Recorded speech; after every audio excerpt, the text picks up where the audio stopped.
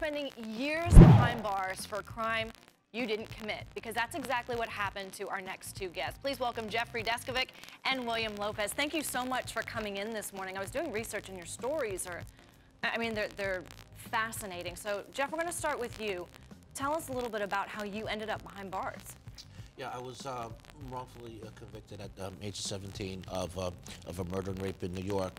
The wrongful conviction was caused by a coerced false confession, prosecutorial misconduct, fraud by the medical examiner, and then a public defender, despite a negative DNA test. That was the thing that I found most interesting, is that there was DNA at the crime scene. It was not yours, and yet you still ended up behind bars, because we always hear about DNA wasn't available at that time, DNA came out later, and that wasn't the case with you. Exactly. It was one of the things that frustrated me while I was still incarcerated. So how did you get out? Ultimately, further DNA testing through the DNA data bank not only reaffirmed my innocence, but it also identified the actual perpetrator. So 16 years behind bars, knowing you didn't commit the crime, I mean, how do you get through day after day?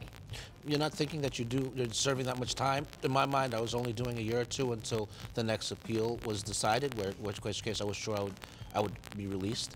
But, you know, I lost all 7 of my appeals, and I was turned out for parole as well. Wow. Now, well, let's turn to you, because you have a similar story, that you were wrongfully convicted, but you spent more time behind bars. That's correct. I spent 23 and a half years. In 1989, in a botched robbery, there was an individual got killed, and I was accused of killing that individual. In 1990, I went to trial, and maintaining my innocence all along. I was found guilty and convicted, and ultimately in 2013, I was exonerated, finally.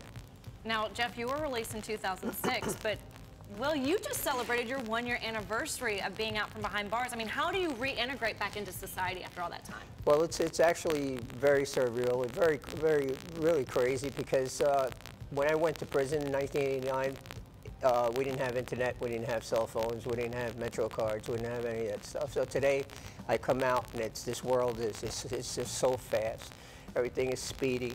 But it's wonderful being home again. Now, Jeff, I'm going to turn back to you, because you met Will through your foundation that you created with part of the money that you won in your settlement, which I think is just incredible. So real quickly, tell us about that. Sure. I couldn't forget about the people I metaphorically left behind, so I decided to commit a significant amount of the money that I was awarded.